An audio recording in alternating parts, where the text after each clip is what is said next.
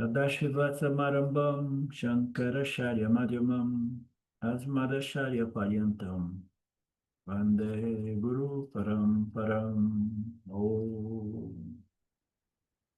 Om Shanti Shanti Shanti Om Ishwara. We are here on the chapter 10 on a certain page 1841 for anyone watching this later on. So we are seeing the description that Arjuna asked Lord Krishna in regards to the glories, no? The glories of Ishwara. And Krishna is speaking in the name of Ishwara, is going to satisfy Arjuna, presenting a very extensive list. And the main glories of Bhagavan is Chit, Rupa, Vibhuti, and Sadrupa, Vibhuti. So Krishna starts with Chit, Rupa, and he concludes with Sadrupa. And that will take us through several verses. Okay, he concludes with Sadrupa, Vibhuti. And then Swami says, like, the best form of meditation, we have to remember that according to the Swamiji, Arjuna is asking for this list because he wants to present to himself and to others different symbols of Ishwara by picking on the glories of the Lord so that anyone can choose one of these symbols. But as we know, it's better we don't depend on one nama rupa symbol, meaning to say a deity or any other symbols which not really represent a deity, but a very spiritual symbol, you know. And so it's better we meditate in Ishwara as the cosmic Ishwara, present everywhere, outside and inside, sustaining, maintaining this body-mind alive. No? So in that way, we can be in constant contact with the Lord, with its living within its glory. And that is whom? Existence, consciousness are there in which person? In which person it's not there? We say, what's the answer? You should ask a counter question. No? So this I am, this consciousness, existence is universal. Everybody can testify one's own conscious existence. And when you, who are you when I ask you, start with that, I am that consciousness, existence, the only reality. So this is the ultimate nididhyasana, which is nididhyasana is better. We can understand nididhyasana from different angles, but one of them is a constant remembrance of the Upanishad declarations or final teachings until this teaching becomes firm and alive in one's mind, so that it remains in the background but never forgotten. You know, I am Satya, all of this is Mithya. I am conscious existence, the only reality, and so on. So this is nididhyasana, which is an effort to remember these teachings, Upanishad, Mahavakyas, and also the logic sustaining these Mahavakyas, of course, have to be there in the background to sustain this conviction of self-identity as conscious existence.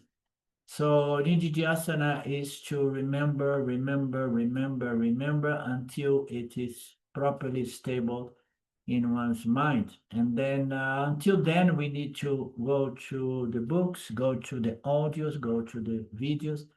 But nididhyasana is going to make this knowledge, this conviction in regards to one's nature in Brahman as Brahman, alive and present. Okay, so that is the best way to understand nididhyasana. And here he's presenting existence and consciousness as the ultimate nature of the Lord. And of course, in order for us to be able to do Nididhyasana, we have to go through the journey through which we use symbols, more rudimentary symbols, until we get to see Vishvarupeshwara, the totality of the physical material cosmos, and then we see the intelligence sustaining it. So those are intermediary stages until we get to Nididhyasana.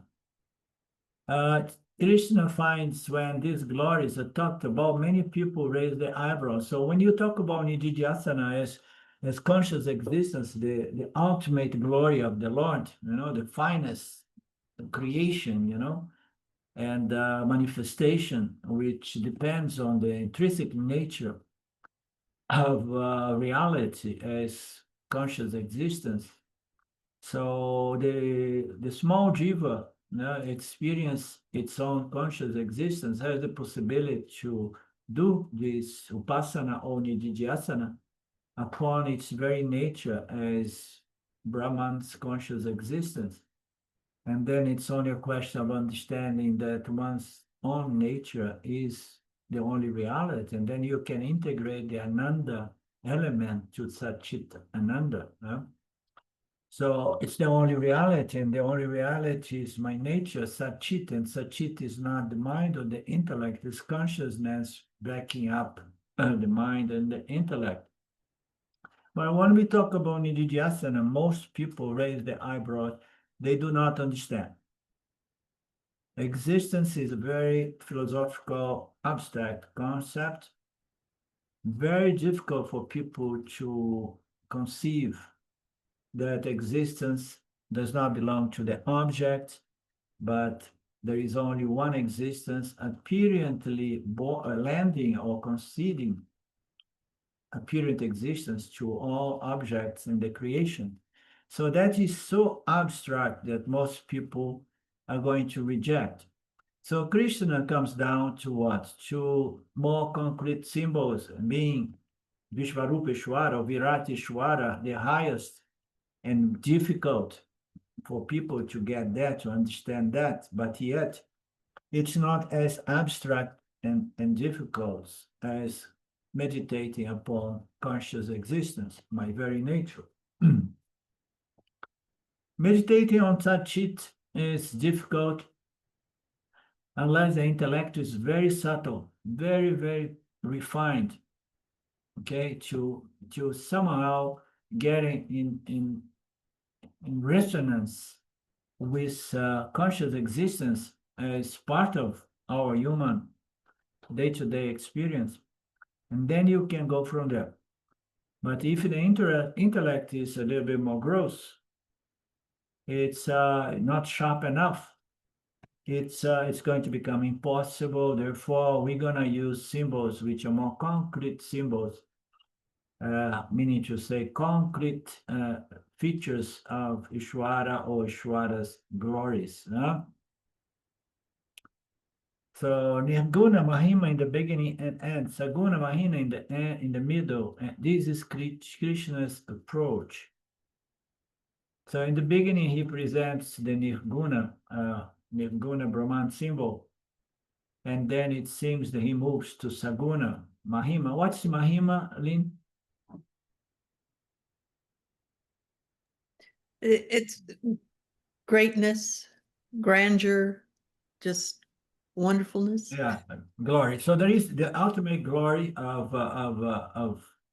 Ishvara or Brahman is Nirguna Atma, Nirguna existence. And in in the beginning, so he presents that in the beginning, the Upanishad and even the Gita presents the nature reality right at the beginning to try to get Arjuna moving to do what needs to be done within Mitya, which is to protect and to reestablish Dharma. So in the Gita, we see the Yana Yoga, the Upanishadic teachings being presented at the beginning. And then later on, Krishna goes into the Saguna nature of the Lord and the laws and principles being Dharma, the most important at the time of crisis and conflict and war, and the importance of people protecting this Dharma, this structure, society structure. So we go into Saguna in the middle. So Jesus Krishna's approach. So look at this verse. Hey Arjuna, I take you to be advanced students. So Krishna is elaborating on the previous verse. I take you to be an advanced student with a sharp mind and intellect. So then the ideal meditation for you is meditate upon conscious existence, the only reality. So, do you remember the description of conscious existence? Consciousness is not it's not PPP. Consciousness is an independent entity pervading everything. It's the substratum, the background, the screen, or the reflecting medium within on which the universe is projected. So, but consciousness is not limited by the universe or the cosmos or any body of individual namarupa. Consciousness is all pervasive, meaning to say it's beyond all boundaries of every objects, being living objects, jivas, or inert objects, or not inert creatures or beings. Consciousness survives if these namarupas are destroyed. So consciousness is there, and then boom, there is a projection of the universe, cosmos. So somehow Maya wakes up, and then poof, press the buttons, and the projection comes, and then everything starts dancing. And then after trillions of years, only God knows. I have no clue about these concepts involving time, the beginning, the appearance of the universe and the destruction, everything.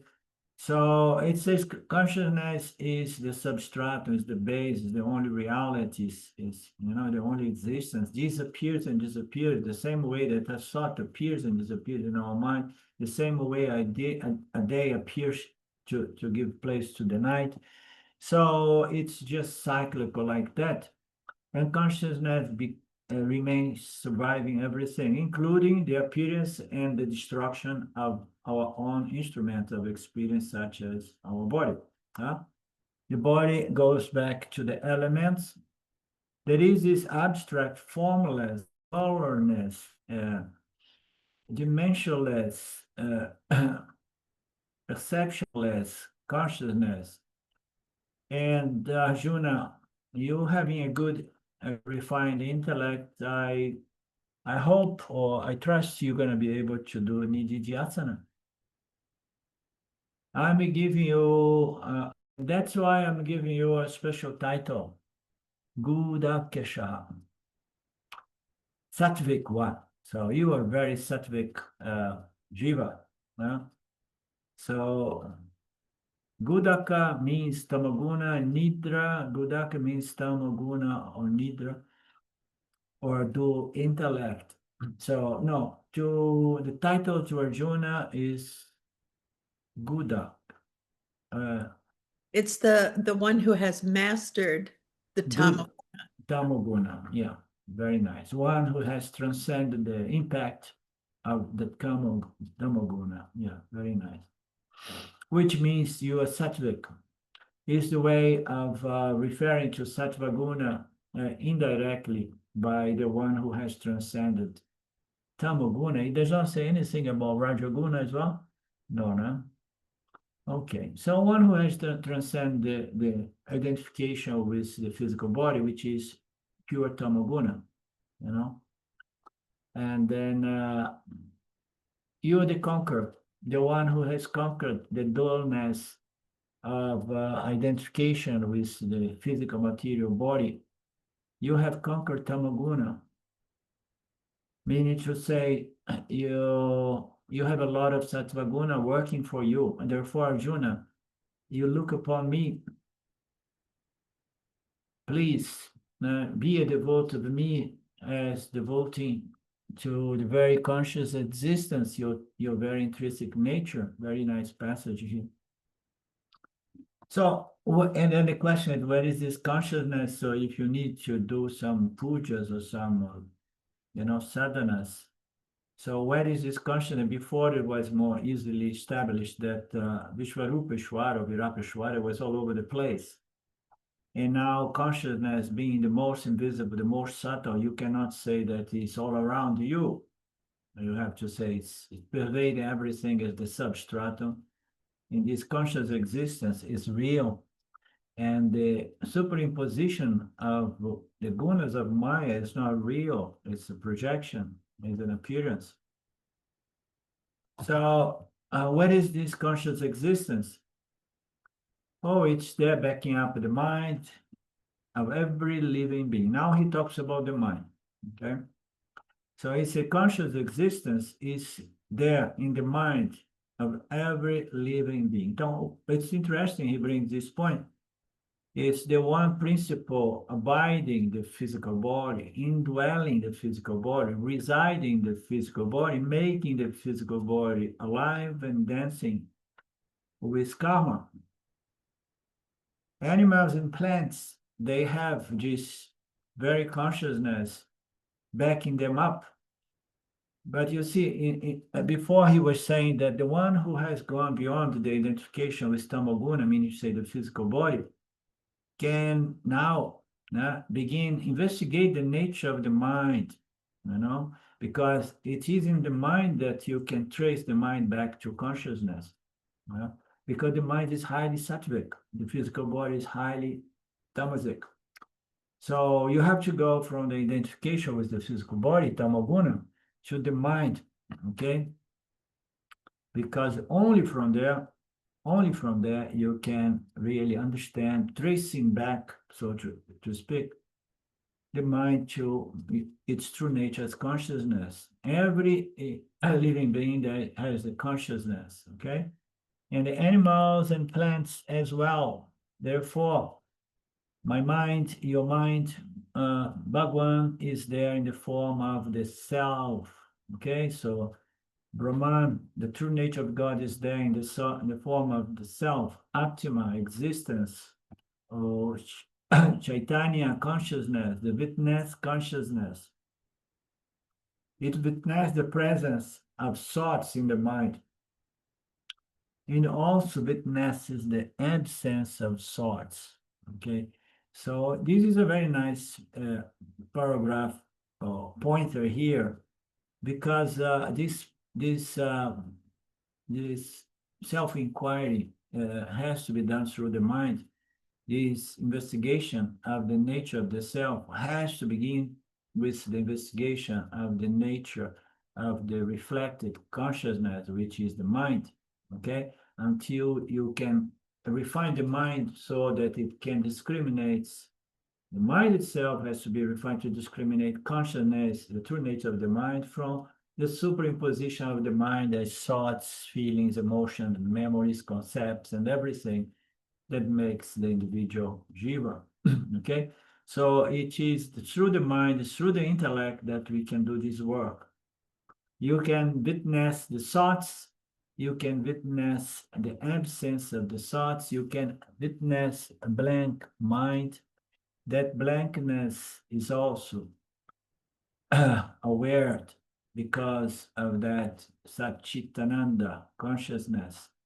That very Chaitanya consciousness refers mostly to the Chit aspect of Brahman, and Sat refers more to the principle of existence, the Sat existence of Brahman. So that very consciousness, Chaitanya, I am, you, me, Lord Krishna, I'm no different from pure Chaitanya, pure consciousness. This is the instruction. This is Shidrupa Vibhuti. This is my ultimate glory, And this is a nice end of this class of Swamiji, which brings us to the next class of Swamiji, in which he brings contextualization, remind us of a certain thing. Let's see if we find something nice word. It's all nice, but something which is, some joy, some pearl here and there, So Krishna has accepted to enumerate some glories, and he begins with the ultimate glory, which is Nirguna Atma or Nirguna Chaitanya, Nirguna consciousness or Nirguna existence, Nirguna Atma, is the greatest glory because that alone makes every being, every Jiva being, a sentient being. So is the glory higher, superior than this incredible phenomenon of human intelligence, human mind, human intellect?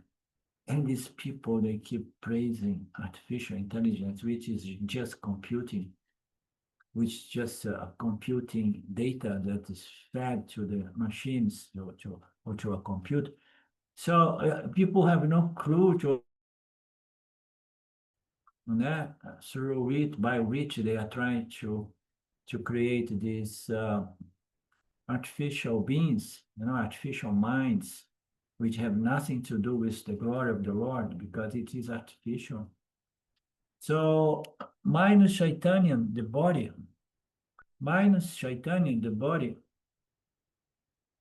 okay. Minus Chaitanya, the body, mind complex being made of the elements. Oh no.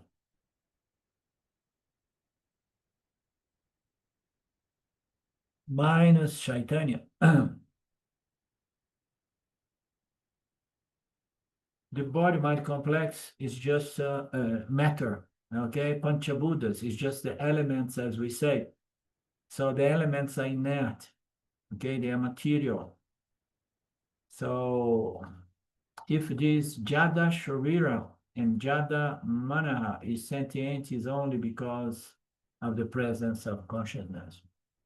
Okay, so again, the body is inert. It's just the elements. There are only elements, the fundamental blocks that construct the cosmos, the universe of Ramarupas. They are just material elements. Okay, the sentience, we know it comes from the background, the substratum, the base, the adhisthana, the support. Is the presence of Chaitanya consciousness. Here he talks only in terms of Chaitanya because he is talking that Chaitanya is the glory because from Chaitanya we experience the mind, which is human sentience. Human sentience is the most incredible miracle of life, okay?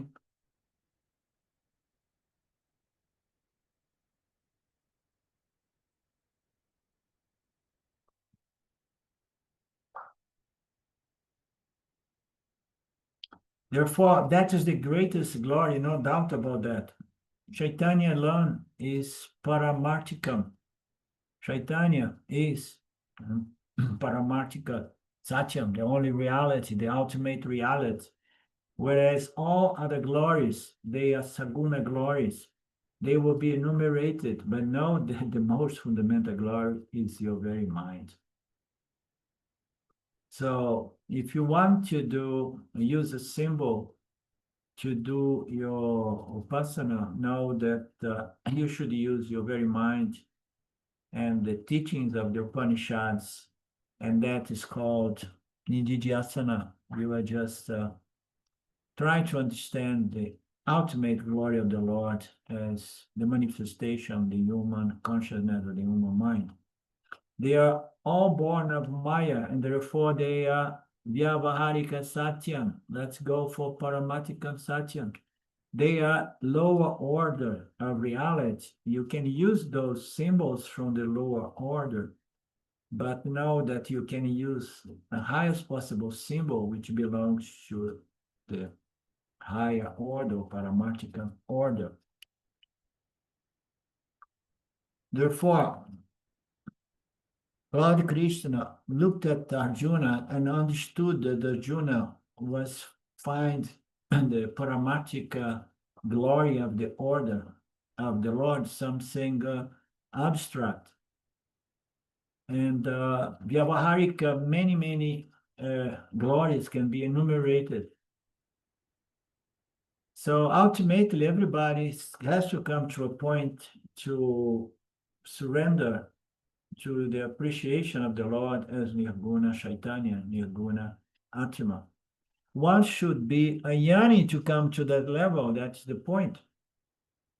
Without being a yani, without this Vedantic knowledge properly established, one cannot really appreciate this nirguna nature, nirguna glories of the Lord. And therefore, what are the glories? Conscious existence, the only reality. One cannot appreciate even the features of this nirguna, such as, it's free and independent from anything that happens in the lower order, yet it's present as the substratum, as the dissonance. These are all pointers. Right? One has to have this knowledge, and the mind has to be pure, purified, refined enough to understand it directly as a paroksha yana. So if you're not a yani, you're going to have difficulty to do your nididhyasana and appreciate the process. Well, for in this way, if you are an yani, upasana, or as nididhyasana, as upasana, meaning to say the ultimate glory of the Lord, as Sachit Ananda, is going to be impossible, basically. So what is the difficulty here? So you have to be a yani to do that. But if you are yani, you don't need to do that. You need to do that because you are an yani. So the thing is, one being an anyani, one is introduced to this teaching, and then one becomes a jnani. A jnani, but what kind of jnani? A jnani that still has a certain jnana knowledge, which is very often subject to forgetfulness. It's not a firm, it's not properly firm, and strong, always present knowledge. So when you enter in that stage, and then you can say, no, I have the knowledge, but I need to work to make it firm and available and alive in my mind. So that yani is in the process of getting a paroksha yanam, which is the hard and fast, firm knowledge, And then that yani can appreciate this nididhyasana, and then he can do this nididhyasana with full confidence that the knowledge, which at the beginning is somewhat indirect, is going to become direct. Or in other words, the knowledge which is at the beginning is subject to doubts and forgetfulness will in due time become a knowledge which is firm, is total conviction, doubtless self-knowledge. So therefore, Krishna is going to bring Saguna Vibhuts to Arjuna, who Arjuna was not approved. So he needs, that's why we got, 16 other chapters in the Gita, So Krishna is going to bring the teachings, the glories of Saguna to Arjuna. Now we are seeing the second line between wherein Krishna says, I am the beginning, the middle, and the end of the creation. Begin cause the Srishti, the cause of the origination of this universe. I am the middle of this origination, then the word is not applied, and this manifestation. I am the origination, the cause of the origination. I am the middle cause of the manifestation, meaning to say I'm sustaining this manifestation. I begin, I'm in the beginning, I'm the middle, sustaining, and I am the one resolving everything back to the elements in its causal formation. So I am the cause of everything, causeless cause of the creation, causeless cause of the sustain maintenance. I sustain everything through my laws and principles, and of the cause of the destruction by which I resolve everything back to Maya, or the Prakriti of Maya. And then I leave it there sitting. Maya is a pain, it never goes away. He wakes up and he starts playing these projections again and again. So Brahman cannot do anything because he's not a doer of anything. Okay, we can say the clay is the beginning, middle, and end of the pot. So before the origination of the pot, clay was there. So clay was before, and then the pot is manufactured, and then the clay is there sustaining the pot. And then when the pot is destroyed, the clay survives the destruction of the pot. Okay, it can be molded back into other shapes. Yeah? So the clay is there through the before, creation, middle, and destruction. Whenever you are handling a pot of clay, pot is essentially nothing but clay.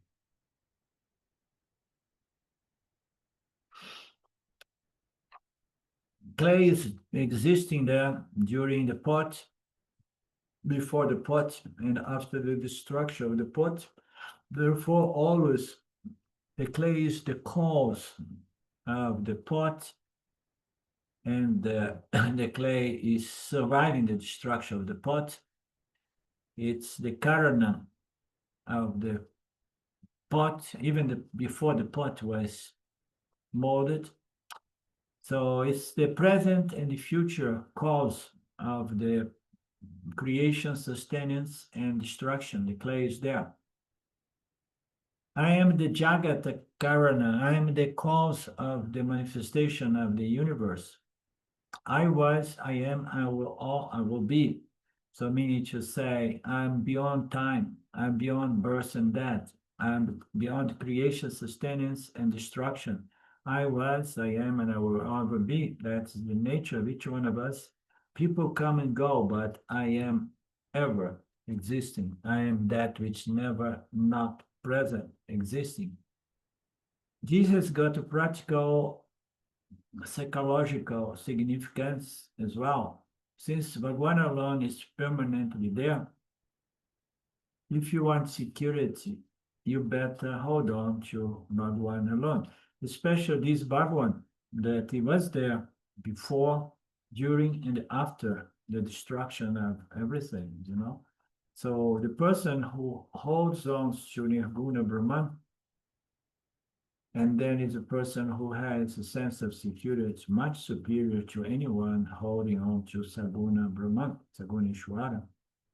While you are holding on to something that was there before any and everything, and it will be there after the destruction of everything. And this principle, which is always ever there before, during, and after, being your true nature, it gives a sense of security and peace. The fear of destruction goes away because you are holding on to Nirguna Brahman, Nirguna Atma, Nirguna Chaitanya as your very nature, because this Nirguna Chaitanya, Nirguna Atma, Nirguna consciousness is your very nature. So you don't go anywhere. You don't need to look for security in any one of those glories of Saguna Ishvara, because you got the ultimate sense of security by holding on to Nirguna Atma, Nirguna Brahman, Nirguna Chaitanya, that which was there before Ishvara, Jiva, and Jagata. If you hold on to anything other than Nirguna Brahman, we will lose our sense of security. There are levels and levels and levels of insecurity. The greatest insecurity and and problem and suffering, Jiva Atma experience is holding on to material things of this world, even other people, to people and things and situations. So if you hold on to those things, we're going to have the highest sense of insecurity. If you hold on to Saguna Ishvara as a deity, you're going to get a certain sense of security, psychological sense of security, but it's very limited still, you know. But the scriptures here, especially the scriptures on the Gita, addressing Karma Yoga, say transfer your dependence from the things of the world, people, things, and situation. Transfer that to the Lord. Understand the Saguna Lord, and you're going to understand that fundamentally you live within the Lord, you are integral part of the Lord, and you don't need to be afraid of losing your physical body because the Lord is going to produce you another one. You know? So that gives a sense of security and peace, pacify the mind. But then when you come to inquire into the nature, the true nature of Sagunishwara as Nirguna Chaitanya, Nirguna Atma, Nirguna consciousness, your very nature. And then you are no longer concerned with the coming of going into this realm of manifestation. So you just say, it's enough. I don't want to come back to samsara anymore. Okay, I understood the true nature, Paramartika Satya, my very nature.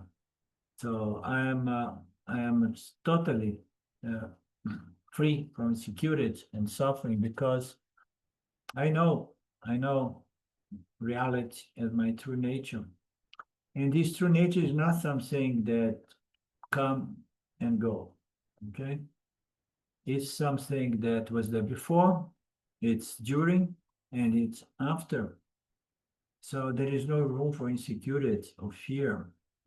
If you hold on to anything other than that, in some way you will have a sense of insecurity, but you are going to lose the sense of security here and there.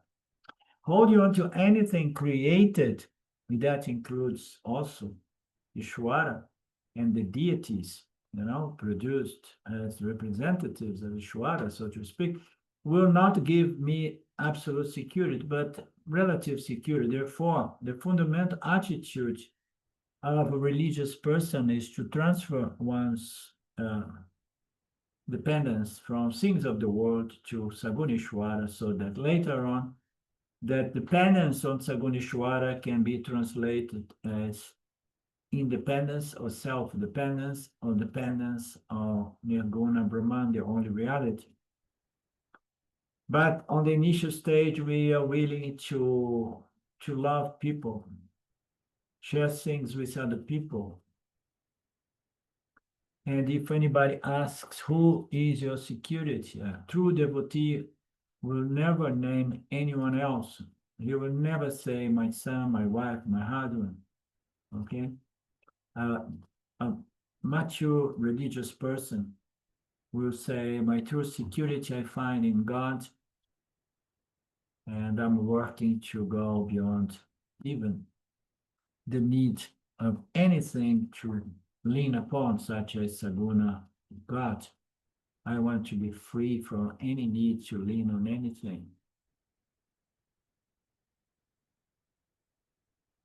The only security which is absolute and permanent is independence or dependence on your very true, intrinsic, real nature. Nature is something without which you don't exist, without which you are not consciously existing. So if it is your real nature, you have to investigate its nature until you understand that it is the only reality.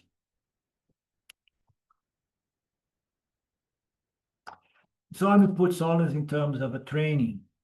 This is the fundamental training required in this Vedantic process. You hold on to things, you will always experience fear of losing that thing, losing your son, your husband, your wife, your properties. So And you, the insecurity is always there. The sun may turn against you, or or your daughter-in-law, condition your son to walk away from you. That so many things can happen. In India, this is strong.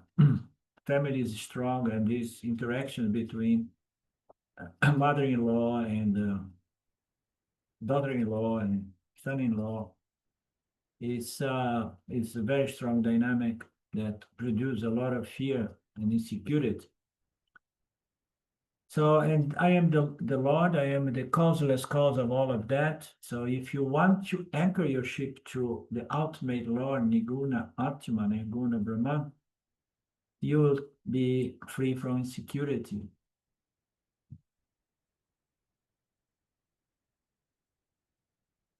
So, Ajihi Alaya Karana, I am that cause of what? Of all things, all beings. I am the permanent principle causing the universe without being caused by any other principle and without doing anything, because I just don't object the projections of the gunas of mind upon myself, the only reality.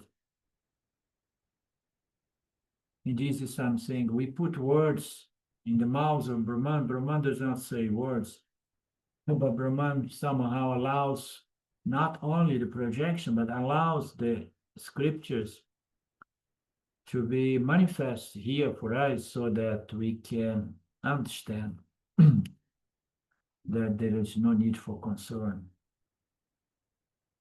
And then he says in the verse 21st, I am Vishnu among the Adityas. I am the radiant sun among the luminaries in the sky. I am marici among the Maruts.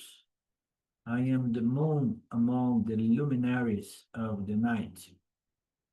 So he's present light, light, light. As we know, light is a huge symbol of consciousness, which is the chit aspect of Brahman that is being present here as the ultimate glory of the Lord, manifesting as the human intellect, the supreme jewel of the human nature.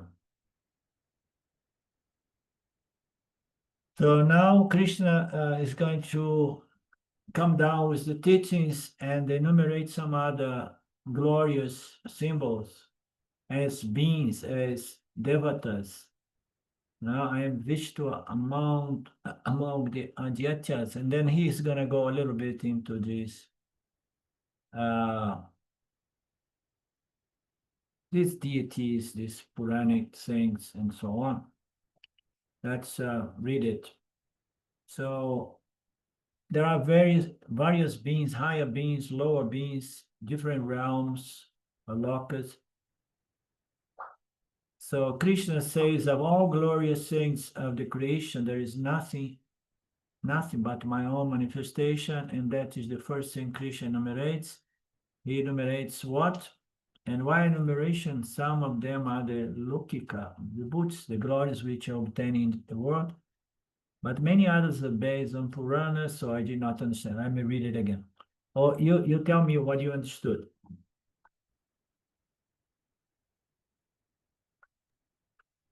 Of the Puranas, almost nothing. No. I don't understand the Puranas. Those Okay. are references to the gods and whatnot.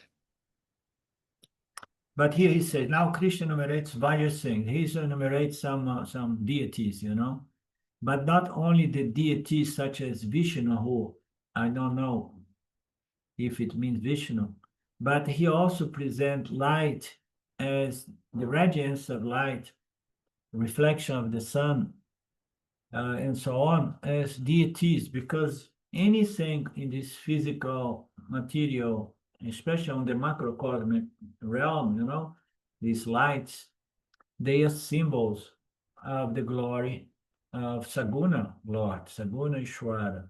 So the sun itself, the highest among all the luminaries, I am marici among the Maruts. Let's see, and I am the moon among the luminaries of the night. So in the night we have the moon and we have stars. In the day we have the sunlight hitting us. So he's bringing different symbols of the glory of the Lord, not only deities, but even, well, I mean, everything can be turned into deity. You know, we say the fire is a deity and the light is a deity. So Krishna enumerates what is the first thing? Lokika vibhutis, the glories which are obtaining in this world. Okay, in our world, Lokika. Okay, this order here in which we live, there are some glories here. But there are many other lokas and many other glories on different lokas that we have no clue. But the scriptures say so.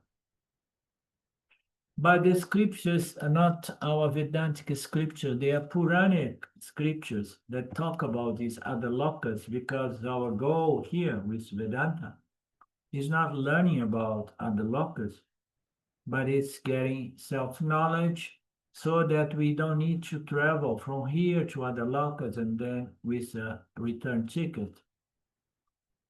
So in the scriptures, they talk about various devatas in these higher lokas, heavenly world. And among the devatas, the most popular is Aditya, the Vadasa Aditya. And then they say that there are 12 Aditya, the heavenly devatas. The 12 faces of the sun represent those 12 devatas. Interesting. The sun has 12 months, and the sun looks and feels different from month to month. Now, the position of the sun in respect to where we are on the earth and so on gives different experience.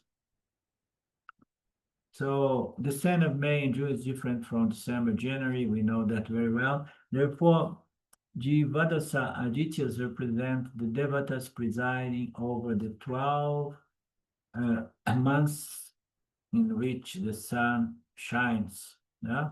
12 months in India, 12 months in the Scandinavia place, the sun almost does not show up. So these Puranas would not apply very well there to the Scandinavian people. So they enumerate 12 months, and they are considered to be important devatas. They enumerate 33 main devatas, 12 Adityas, 11 Rudas, 8 Vasus, and so on. So this is all irrelevant to us, but in the Puranas, anybody have interest. The rituals, you have to learn all these things. You need to pass through the ritualistic aspect of the Vedas, Veda, you know, the kandas based on rituals and so on.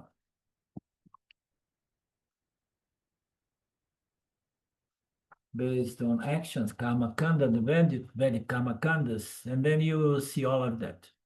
We haven't seen because we were not born and we did not live there. And we did not get that much interest in the Vedas because our interest is Vedanta and self-knowledge. In fact, not only on the Puranas and in the Vedas, no? In the Karma Kanda of the Vedas, but also in Upanishad, Brihadaranya Upanishad says that these 33 devatas alone multiply themselves into 30 millions or something crores devatas. So Jesus is well known, therefore Krishna takes them first among the 12 Aditya devatas and Vishnu. Vishnu must be considered the greatest is the greatest symbol among those kinds of symbols. Okay. I'm going to be doing Brihadaranya Upanishad next carnival in Brazil, if Shwara allows. And I need to begin reading that text.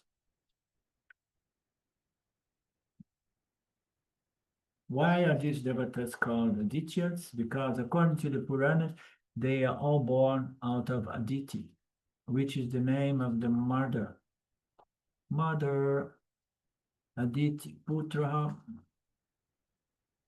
and all the devas are supposed to be Aditi Putras. Among them, I am Vishnu, because Vishnu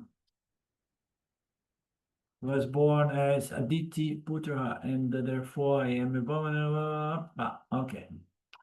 So the story goes, this is all based on mythology. So then the luminaries of the sky may be something more interesting.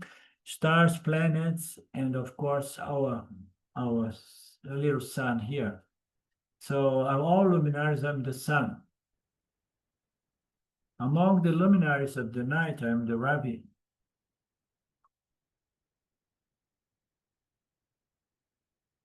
Meaning to say the moon, maybe. So the sun god is very much adored in our tradition. In many other traditions, they say, Aboriginal traditions, they say, in fact, Sadhya, Vandana, 3 times Sadhya Vandana, we invoke the Lord in the sun only. And even scientifically, we know that without the sun, the planets, our planet will not have any life. Our survival here, life survives here because of the glory of the sun. That gives sun the highest possible status, such as water as well. Without water, there is no life. So without our atmosphere, there is no human life, but some other beings may do well without our atmosphere. So that we have got Aditya, a special work in which the sun God is glorified as the ultimate giver of life. It is a glorious work which is capable of giving all types of blessings to all forms of life in our planet. In Ramayana, Agastya Rishi came and taught Aditya Hridayam to Rama for both material victory as well as spiritual victory. So material victory is the victory of Dharma.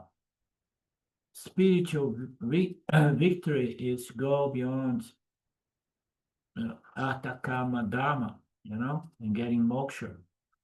The first victory was given to Rama through the symbol of the Lord, as the sun, which allowed Rama in the mythology of Ramayana, gaining the victory, material victory, as well as spirit. Just imagine Arjuna there. So I'm here to obtain 2 victories. One is to reestablish Dharma, assassinating, eradicating all these violators. And the second victory is, while I'm doing that, I have to get self-knowledge and moksha. What a place to be, huh?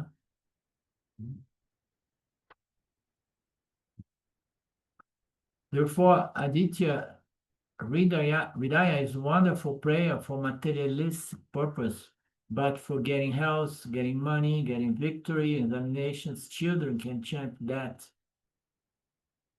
in Ramayana. Okay. It's a wonderful prayer. Therefore, the sun is glorified very much in our tradition, even in one of these, there is a mention to it in one of the Upanishads. And that's why in our tradition, when the sun is rising, the Pratyaksha Ishwara is coming to bless us. And therefore, when the sun is coming to bless us, we should be fresh and ready to welcome the Lord. Beautiful, very beautiful. A lot of people enjoy the so-called sunrise. Let's go to the beach. Let's go to the top of the hill to enjoy a beautiful sunrise. But very few people understand that that is a wonderful symbol of the Lord. Again, present itself. Well, if it stops, present itself for 1, 2 days, and then life goes upside down. They say it's enough for a few days, and the temperature would cool down if the sun stops shining, and we would freeze very rapidly. So say the scientists. Therefore, we should be fresh and with happiness, and to welcome the Lord again and again every day. That's why in our tradition, this is very nice. It's said that we should wake up before the sunrise. This is it's so good because I already wake up before the sunrise in a wonderful setting. I mean, place where I live. So I often wake up and then I see the mind and the day and the body mind sense complex, and then I remember the Lord. He took care of it overnight, and now it's waking me up for another day. And usually it's dark. All I need to do is to step out and wait. But the sun, when the sun shows up, it's already very later. But the sun rays are going to comes gradually in my balcony like that, which is a good way to welcome the Lord. In our tradition, it's recommended that wake up before so that we can welcome the Lord as the sun. The philosophy is not early to bed and early to rise. Not early to bed and early to rise. Oh, the philosophy is don't go to, not early to bed and early to rise. It is late to bed and late to rise. So if you go late to bed and you rise late in the morning, you have missed the opportunity to welcome the Lord, and it's not health for the body mind. But he said, now unfortunately, nowadays the philosophy is go as late as possible to bed and rise as late as possible as well. So this makes a man unhealthy spiritually and physically, mentally, makes a person unwise. So therefore, we are supposed to get up before sunrise and welcome the sun, the Pratyaksha Ishwara. So Arjuna, know that the sun is a wonderful symbol of my glory, one of the best. So very, very nice. We're gonna stop here and we'll meet again. Are you available Friday? Yes, I am, and Mark is as well. So Yeah, we meet. we'll go back together. On meet on Friday with our full Sangha. How about that? Wonderful. It's sweet Sylvia. Huh? Sweet Sylvia. Yes, you as well. Yeah. She's here, so she's not online. Om Purnamada Purnamidam Purnamudachyate Purnasya Purnamadaya Purnameva Vashishate. Om Shanti Shanti Shanti. Om. Okay, my dear. See you soon. Thank you so Bye. much. Bye.